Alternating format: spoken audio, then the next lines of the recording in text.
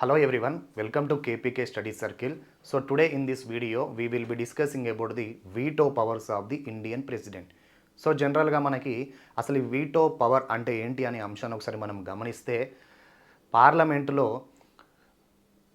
ఏకపక్ష నిర్ణయాలు తీసుకున్నటువంటి బిల్లుకి ప్రయోజనాల్ని కాపాడే ఉద్దేశంతో అలానే రాజ్యాంగాన్ని రక్షించే ఉద్దేశంతో లేదా ఆదరాబాదరగా కొన్ని నిర్ణయాలు తీసుకుంటుంది అప్పుడప్పుడు పార్లమెంటు బిల్లుల విషయంలో.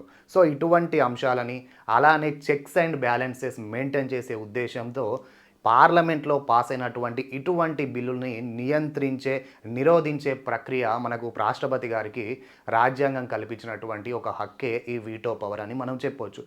ఎందుకంటే జనరల్గా సింపుల్గా రాజ్యాంగాన్ని రక్షించాలి, ఏకపక్ష నిర్ణయాలని అక్కడే నియంత్రించాలి, అలానే ప్రయోజనాల్ని కాపాడాలి, లేదా అధికార దుర్వినియోగాల్ని కూడా కాపాడాల్సిన అవసరం ఉంది. దీంతోపాటు చెక్స్ అండ్ బ్యాలెన్సెస్ని మెయింటైన్ చేయాలి. సో ఇటువంటి అంశంలో ప్రెసిడెంట్ గారికి ఉన్నటువంటి ఒక విస్తృతమైన అధికారమే ఈ వీటో పవర్స్ అని మనం చెప్పొచ్చు. సో జనరల్గా మనకి అక్కడ యుఎస్ ప్రెసిడెంట్ ఉన్నటువంటి వీటో పవర్ ఎక్స్ట్రా, అది క్వాలిఫైడ్ వీటో, అది మన భారతదేశ ప్రెసిడెంట్ గారికి ఉండదు. మనకు ప్రెసిడెంట్ గారికి ఉన్నటువంటి వీటో పవర్స్ 3 రకాలు. అందులో ఒకటి అబ్సల్యూట్ వీటో, సెకండ్ వచ్చేసి సస్పెన్సివ్ వీటో, థర్డ్ వచ్చేసి పాకెట్ వీటో. ఇటువంటి అంశాలని మనం ఈరోజు ఈ వీడియోలో చాలా వివరంగా తెలుసుకుందాం. సో ముందుగా వీటో అనే పదం మనకి, ఈ వీటో అనే వాడు లాటిన్ లాంగ్వేజ్ నుంచి రావడం జరిగింది. అంటే మీనింగ్ ఐ ఫార్బిడ్. దీని మీనింగ్ ఏంటంటే ఐ ఫార్బిడ్ అంటే నేను నిరాకరిస్తున్నాను అని అర్థం. సో మనం ఇంతకుముందు చెప్పుకున్నట్టు జనరల్గా వీటోస్ అనేటివి అబ్సల్యూట్ వీటో అంటాం. సో నెక్స్ట్ క్వాలిఫైడ్ వీటో అంటాం. అలానే థర్డ్ వచ్చేసి సస్పెన్సివ్ వీటో, ఫోర్త్ వచ్చేసి పాకెట్ వీటో. సో మొత్తం వీటోస్ అనేటివి 4 రకాలుగా ఉంటాయి. కానీ ఈ క్వాలిఫైడ్ వీటో అనేది యుఎస్ఏ ప్రెసిడెంట్కి మాత్రమే ఉండే అధికారం. ఈ భారతదేశ ప్రెసిడెంట్కి ఉన్నటువంటి వీటోస్ వచ్చేసి ఒకటి అబ్సల్యూట్ వీటో, సెకండ్ వచ్చేసి సస్పెన్సివ్ వీటో, థర్డ్ వచ్చేసి పాకెట్ వీటో. సో జనరల్గా ఈ వీటో పవర్స్ అంటే జనరల్గా ఒక బిల్లు మనకి పార్లమెంట్లో పాస్ అయిన తర్వాత ప్రెసిడెంట్ గారి దగ్గరికి వచ్చినప్పుడు president may give his assent, లేదా విత్హోల్డ్ హిస్ అసెంట్, లేదా రీకన్సిడరేషన్కి పంపించవచ్చు, లేదా ఇండెఫినెట్ టైం పీరియడ్ వరకు తన దగ్గరనే పెండింగ్ ఉంచుకోవచ్చు. సో ఇలాంటి ఆప్షన్స్ని మనకు ఉన్నాయి. ఇదే రాజ్యాంగంలో మనకి ఆర్టికల్ 111 ఆఫ్ ది కాన్స్టిట్యూషన్ మనకు దీని గురించి మనకు వివరిస్తుంది.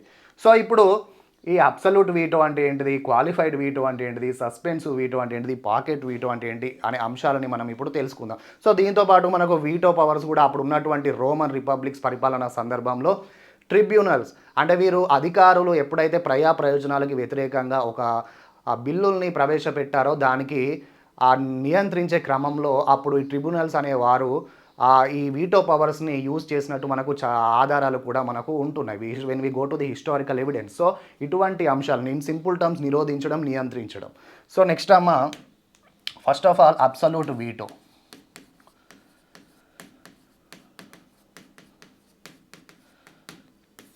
ఈ absolute veto in simple terms ఏంటంటే పార్లమెంట్ ఉభయ సభలలో పాస్ అయినటువంటి బిల్లుని ప్రెసిడెంట్ ఎప్పుడైతే తన సమ్మతిని తెలపకుండా డైరెక్ట్గా తిరస్కరించడం. అంటే ఇటువంటి సందర్భంలో డైరెక్ట్గా ఆ బిల్ అనేది అక్కడికి ఆగిపోతుంది. సో దీనినే అబ్సల్యూట్ వీటో అని అంటాం. సో జనరల్గా ఇటువంటి బిల్లుల్ని మనకి ఎటువంటి సందర్భంలో మనం ఇండియాలో చూడొచ్చు అంటే ప్రైవేట్ మెంబర్స్ బిల్లు సందర్భంలో, అంటే ఒక మినిస్టర్ కాకుండా ఒక ఎంపీ ఇటువంటి వారు బిల్లుని పాస్ చేసినటువంటి సందర్భంలో మనకి రాష్ట్రపతి గారు ఈ అబ్సల్యూట్ వీటోని యూజ్ చేసే అధికారం ఉంటుంది. సో జనరల్గా ప్రైవేట్ మెంబర్స్ పెట్టినటువంటి బిల్లు పాస్ అయ్యే అవకాశమే ఉండదు, ఎందుకంటే మెజారిటీ అనేది ప్రభుత్వానికి ఉంటుంది. సో ఈఫ్ ఎనీ సర్కమ్స్టెన్సెస్లో అటువంటివి జరిగితే ఇటువంటి అంశాల మీద మనకి ప్రెసిడెంట్ గారు ఈ యూజ్ చేసే అధికారం అనేది మనకు ఉంటుంది. సో జనరల్గా ఈ అబ్సల్యూట్ వీటో అనే అంశాన్ని మనకు భారతదేశంలో రెండు సార్లు మనకు యూజ్ చేయడం జరిగింది ప్రెసిడెంట్ గారు. మొదటిది వచ్చేసి 1954లో అప్పుడు ఉన్నటువంటి మొట్టమొదటి ప్రెసిడెంట్ గారు అయినటువంటి రాజేంద్ర ప్రసాద్ గారు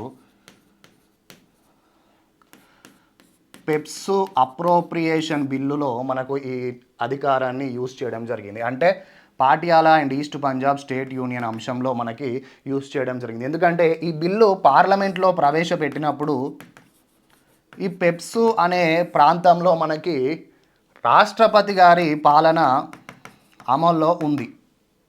కానీ ఈ పార్లమెంటు ఈ బిల్లును ఆమోదించి ప్రెసిడెంట్ గారికి పంపించే సమయంలో ఏమైందంటే రాష్ట్ర పాలన ఆ పర్టికులర్ ప్రాంతంలో మనకు రద్దవడం జరిగింది. సో ఇటువంటి సందర్భంలో మనకి ఇక్కడ రాజేంద్ర ప్రసాద్ గారు ఈ అబ్సల్యూట్ వీటో అధికారాన్ని యూజ్ చేయడం జరిగింది.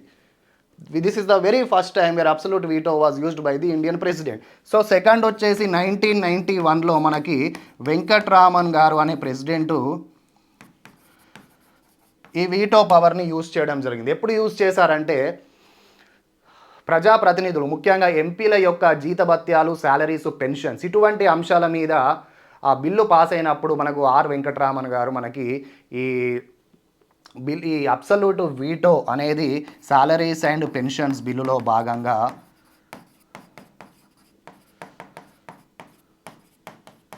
దీనిని నియంత్రించే క్రమంలో ఏం చేశారంటే అప్పుడు ప్రెసిడెంట్ గారు ఈ అబ్సల్యూట్ వీటోని మనకు 1991లో యూజ్ చేయడం జరిగింది.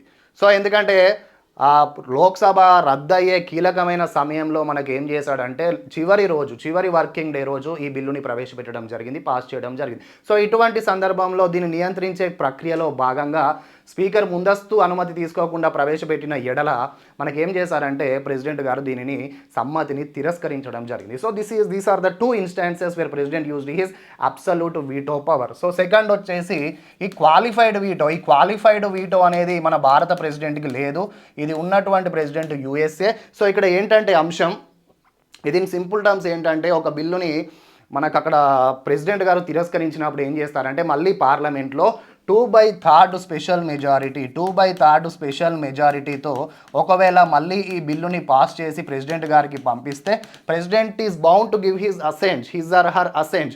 అక్కడ మళ్ళీ అసెంట్ చేయాల్సిన అవసరము మనకు క్వాలిఫైడ్ వీటోలో చెప్తుంది. సో ఈ వీటో యుఎస్ఏ ప్రెసిడెంట్కి మాత్రమే ఉంటుంది, ఇండియన్ ప్రెసిడెంట్కి ఉండదు. సో ఇది క్వాలిఫైడ్ వీటో అనే కీలకమైన veto power of the US president. So third వచ్చేసి మనకి సస్పెన్సివ్ వీటో. సో థర్డ్ అంటాం కానీ ఇండియాలో ఇది సెకండ్ వీటోనే. సో జనరల్గా ఏం చేస్తారు మన ఇండియాలో ఒక బిల్లు అటు ఉభయ సభలలో పాస్ అయినటువంటి బిల్లు జనరల్గా చట్టంగా మారాలంటే ప్రెసిడెంట్ అసెంట్ ఈజ్ మ్యాండేటరీ, ఇది మనం చెప్పుకుంటూ ఉంటున్నాం. సో ఇటువంటి సందర్భంలో ఇందులో ఉన్నటువంటి లొసగులు, ఇందులో ఉన్నటువంటి కొన్ని కీలకమైన అంశాలు సవరణలు చేసే ఉద్దేశంతో ప్రెసిడెంట్ గారు ఏం చేస్తారంటే మళ్ళీ ఆ బిల్లుని తిరిగి పంపిస్తారు పార్లమెంట్కి. ఎందుకంటే కొన్ని మిస్టేక్స్ ఉండొచ్చు, కొన్ని సవరణలు చేయాల్సిన అవసరం ఉండొచ్చు, కొన్ని మార్పులు చేయండి అనే ఉద్దేశంతో ప్రెసిడెంట్ ఏం చేస్తాడంటే మనకి తిరిగి పంపిస్తారు. అటువంటి సందర్భంలో మళ్ళీ ఒకవేళ మార్పులు చేసినా మార్పులు చేయకున్నా మళ్ళీ ఈ బిల్లుని పార్లమెంట్లో సింపుల్ మెజారిటీతో పాస్ చేస్తే ఆటోమేటిక్గా ప్రెసిడెంట్ దగ్గరికి పంపిస్తే president is bound to give his assent. President అనేవారు ఖచ్చితంగా అసెంట్ ఇవ్వాల్సిన అవసరం ఉంటుంది. అదే సస్పెన్సివ్ వీటో అనేది చెప్తుంది. మనకు క్లియర్గా అబ్జర్వ్ చేస్తే ఈ veto powers of the Indian president is పరిమితమే అని చెప్పొచ్చు. సో ఇక్కడ చూడండి, ఒకవేళ బిల్లుని మళ్ళీ పార్లమెంటుకు పంపించి పార్లమెంటులో మళ్ళీ ఉభయ సభలలో సింపుల్ మెజారిటీతో పంపించి మళ్ళీ ప్రెసిడెంట్ గారి దగ్గరికి పంపిస్తే ఆటోమేటిక్గా ఆ బిల్లు మీద సిగ్నేచర్ చేయాల్సిన అవసరం ఉంటుంది, అసెంట్ ఇవ్వాల్సిన అవసరం ఉంటుంది. This is what about the suspensive veto of the Indian president. So ఇది మనకి మొట్టమొదటిసారిగా 2006లో ఏపీజే అబ్దుల్ కలాం గారు మనకు యూజ్ చేయడం జరిగింది. Office of the profits bill మీద మనకి ఇది యూజ్ చేయడం జరిగింది. సో జనరల్గా కొన్ని లాభదాయక పదవుల్లో మనకు అప్పుడు ఉన్నటువంటి ప్రజాప్రతినిధులని మినహాయించే ఉద్దేశంతో చేసినటువంటి బిల్లుని ఏపీజే అబ్దుల్ కలాం గారు కొన్ని సవరణల కోసం మళ్ళీ పార్లమెంటు ఉభయ సభలకు పంపించడం జరిగింది. వారు సింపుల్ మెజారిటీతో మళ్ళీ ఆ బిల్లును పాస్ చేసి ప్రెసిడెంట్ గారికి పంపించడం జరిగింది. అప్పుడు ఏపీజే అబ్దుల్ కలాం గారు దాని మీద అసెంట్ ఇవ్వడం జరిగింది. So this is where the instances wear the suspensive veto was used. ఇక్కడ మనకి ఏం అర్థమవుతుందంటే సస్పెన్సివ్ వీటో ప్రకారం ఒక బిల్లుని కొంత సమయం వరకు స్టాప్ చేయొచ్చు కానీ కంప్లీట్గా తిరస్కరించలేము. సో ఒక పర్టికులర్ టైం పీరియడ్ మటుకు స్టాప్ చేయొచ్చు, కానీ దీన్ని కంప్లీట్గా మనం తిరస్కరించే అధికారం ఉండదు. సో ఇయర్ మనకు క్లియర్గా అర్థమవుతుంది ఈ వీటో పవర్స్ అనేటివి పరిమితం మాత్రమే అని. Next pocket veto.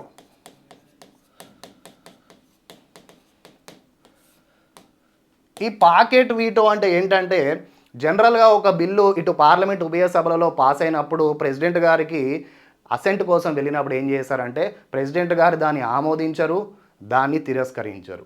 అక్కడే ఇండెఫినెట్ టైం పీరియడ్ వరకు పక్కన పెట్టేస్తారు.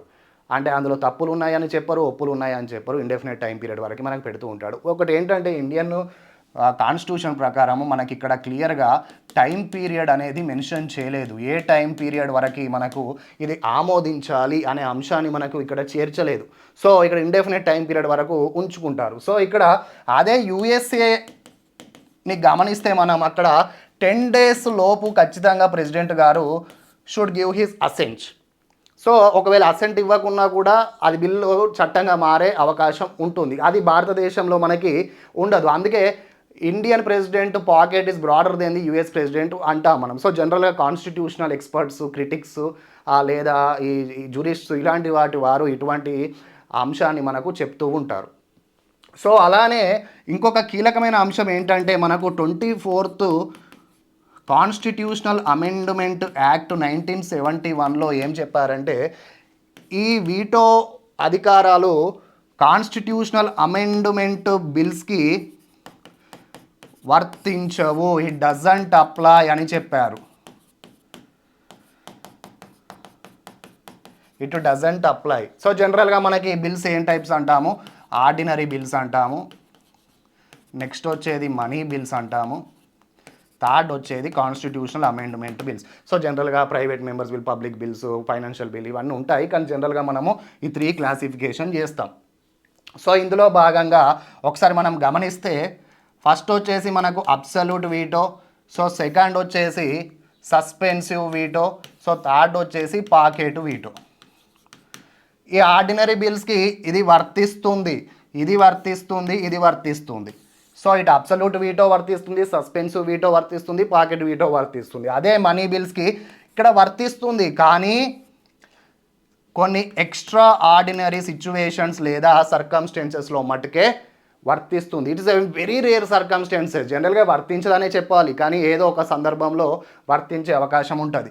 సస్పెన్సివ్ వీటో అనేది వర్తించదు. ఎందుకు వర్తించదు అంటే money bills are introduced in the parliament houses with the prior permission of the president. అసలు మనీ బిల్స్ ప్రవేశపెట్టడం ప్రెసిడెంట్ గారి యొక్క సమ్మతితో, అనుమతితో ప్రవేశపెడతాం. కాబట్టి ఇది సస్పెన్సివ్ వీటో అనేది దీనికి వర్తించదు. ఇక్కడ కూడా వర్తిస్తుంది, కానీ ఏదో ఎక్సెప్షనల్ సర్కమ్స్టెన్సెస్లో తప్ప వర్తిస్తుందని మనం డైరెక్ట్గా చెప్పలేము. ఏదో కొన్ని మినహాయింపులు లైక్ రేర్ సర్కమ్స్టెన్సెస్ అని చెప్పొచ్చు. సో కాన్స్టిట్యూషనల్ అమెండ్మెంట్ బిల్స్కి ఇది వర్తించదండి డైరెక్ట్గా.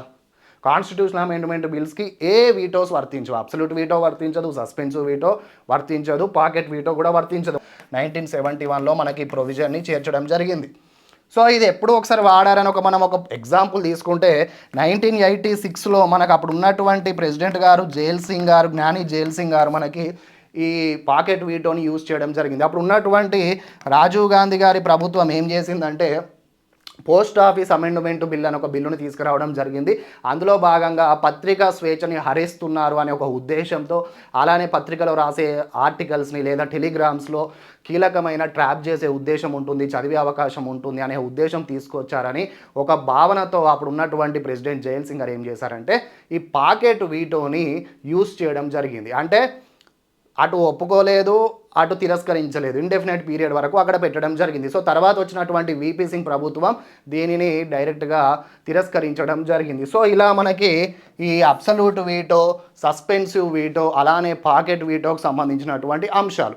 సో అలానే మనకి ఇటు శాసనసభ, స్టేట్ లెజిస్లేచర్ పాస్ చేసేటువంటి బిల్లుల మీద కూడా గవర్నర్ గారు రాష్ట్రపతి నిర్ణయానికి ఎప్పుడైతే బిల్లుల్ని పంపిస్తారో అప్పుడు కూడా ప్రెసిడెంట్ గారికి ఏముంటాయి, ప్రెసిడెంట్ గారు సంతకం పెట్టవచ్చు, లేదా రిటర్న్ పంపించవచ్చు, లేదా తిరస్కరించవచ్చు, ఇటువంటి అధికారాలు ఉంటాయి. ఇది మనకు ఎప్పుడు ఏ ఆర్టికల్ ప్రకారం చెప్తుంది, ఆర్టికల్ 200 ప్రకారం మనకు గవర్నర్ గారు ఇక్కడ రాష్ట్ర శాసనసభలో పాస్ చేసినటువంటి బిల్లుల్ని ప్రెసిడెంట్ గారికి పంపించే అధికారం ఉంటుందని మనకు చెప్పడం జరుగుతుంది. సో ఆర్టికల్ 201 ప్రకారం మనకు ఒకసారి చూస్తే ప్రెసిడెంట్ గారి పవర్స్ ఏం చెప్తుందంటే సేమ్ ఇలానే ఇక్కడ మనకు ఒక చిన్న క్లారిటీ, చిన్న ఒక ఇన్ఫర్మేషన్ ఏంటంటే ఇక్కడ మనం చెప్పొచ్చు సస్పెన్సివ్ వీటోలో మనం ఏం చెప్తున్నాం, రీకన్సిడరేషన్ కోసం పార్లమెంట్కి ప్రెసిడెంట్ ఒక బిల్లును పంపించినప్పుడు వాళ్ళు సింపుల్ మెజారిటీ తోటి ఒకవేళ బిల్లుని మళ్ళీ పంపిస్తే ప్రెసిడెంట్ గారు సంతకం చేయాల్సిన అవసరం ఉంటుంది. కానీ ఇక్కడ రాష్ట్ర శాసనసభలో పాస్ చేసినటువంటి బిల్స్ 6 నెలల లోపు మళ్ళీ పంపిస్తే ప్రెసిడెంట్ గారు సంతకం చేయాల్సిన అవసరం లేదు. ఇట్ ఈజ్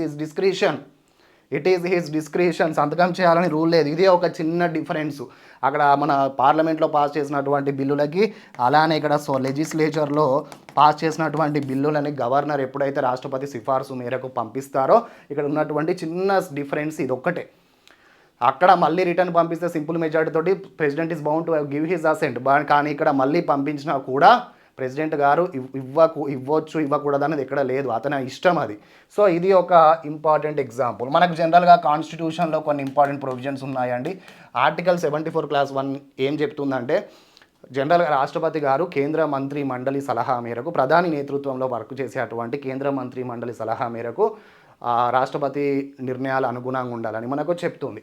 అలానే 42nd కాన్స్టిట్యూషనల్ అమెండ్మెంట్ యాక్ట్ ఏం చెప్తుంది, 1976లో వచ్చినటువంటిది.